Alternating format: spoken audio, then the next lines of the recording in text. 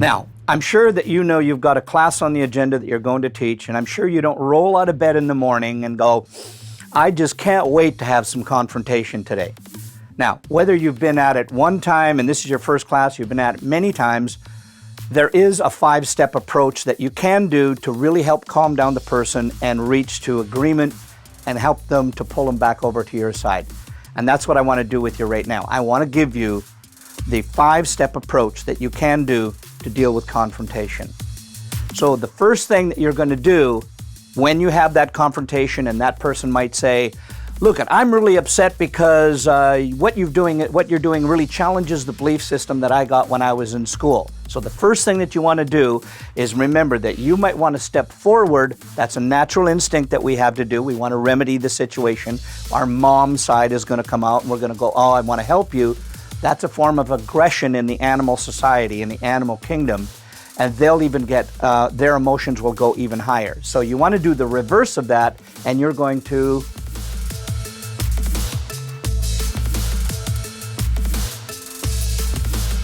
you want to back away. Now that doesn't mean run, it just means all you have to do is just take one step back.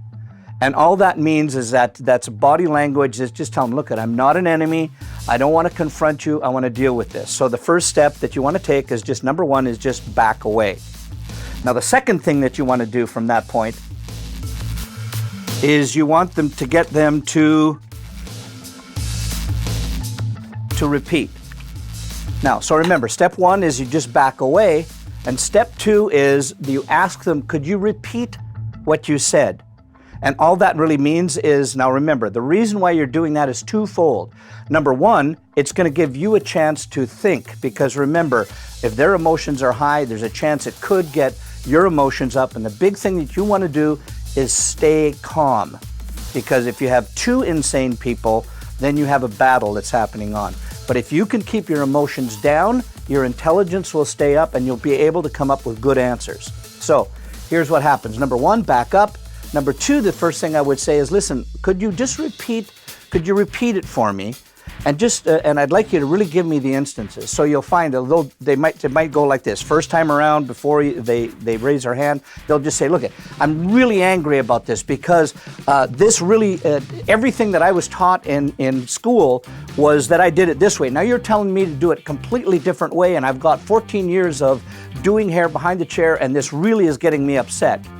Now, I want you to listen. When you say, could you repeat it, this is probably what will happen. Well, I'm really upset because the way that you're talking to me, it really helps me, it doesn't help me because it's attacking the way that my belief system and what I was told in the past. Now, if you'll notice, what happens is when you ask them to repeat, their emotions will come down and they're going to get a little bit calmer, and you'll recognize it because when you ask them the second time, their voice will start to come down.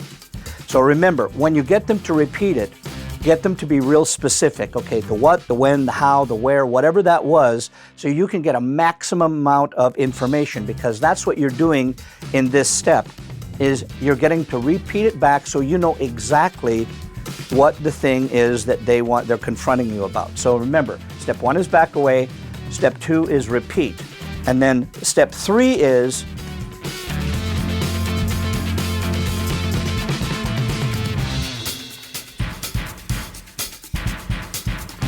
in step three, you're going to repeat back to them everything that you said. Now remember, you're going to be calm on this. The second thing you don't want to do in this is do not apologize for what you said.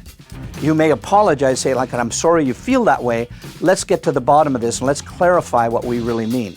Now later on in another video, we're going to talk about stabilization, and that's sort of the same, but there's a little different tweak that you're going to get out of that one as well. But so remember, the first thing to do is you're going to back away. Second thing is you're going to get them to repeat, and then you repeat back what you've heard. Okay, now the next thing that you want to do is you want to find out if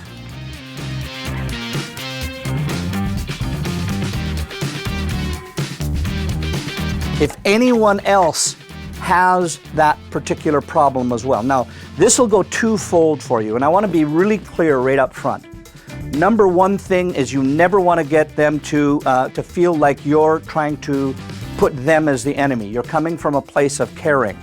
So what you'll do at this point is after they've repeated back to you, after you've repeated back to them, the next thing that I would say to the audience, whether that's 2 or for 10, 15, 20, or 1,000, I would say, does anyone else have this problem, situation, question, whatever that might be? And that I would say by a show of hands. Now, I want you to imagine 2 scenarios. Number 1 is that everybody else hand goes up as well, or a lot of hands goes up.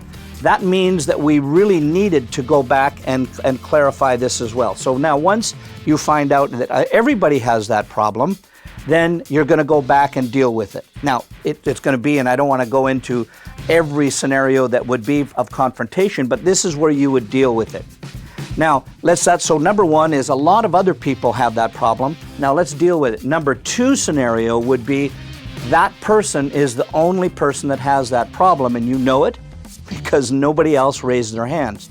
Now, this creates kind of 2 scenarios with me. Number 1 is everybody else is on your side and not necessarily on theirs, because that way they'll show it as a form of defense. They've got more friends on that side. Now, be careful, because what I'm saying here is I want to make sure that whenever we're dealing with confrontation, we come from a point of caring about that individual, okay?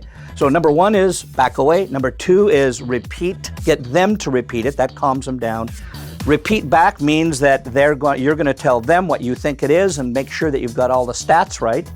Then you say anyone else, this finds out if it's a problem in the room or one person. If that is with one person, you can either deal with it right there or say, look, can we just have the break? I'd like to have a one-on-one with you so we could really jump into the heart of the matter. Now, the reality is if it's something that person is going to get caught in a loop on because that's all they got time to think about, if it can be dealt with quickly, then I would do it right on the spot. If it's going to take a while, and you know that you want to win them back over, I would do it one-on-one as break, okay? So the next thing that you want to do now in the last step in this 5-step series is you want to stabilize. And stabilize in this situation, not the stabilization process that we'll talk about in another video, but the stabilization process right now would be how do you handle what the confrontation is and make sure that you stabilize that person by letting them know either A, what the answer is, helping them to get to some resolve in where their confusion and this difference of belief system is or whatever. Excuse me. So remember, whenever you're done with confrontation, the biggest thing is to make sure your emotions stay down. Always take a breath. Go back in, back away, repeat back. Ask if anyone else has that problem, and then stabilize. And I guarantee you that once you get in the habit of doing this, now be real clear, you're going to have to think about these steps, and you might not be perfect at it the first time, but practice it again and again, and I can guarantee you, all of a sudden, you're not afraid of confrontation in the classroom anymore.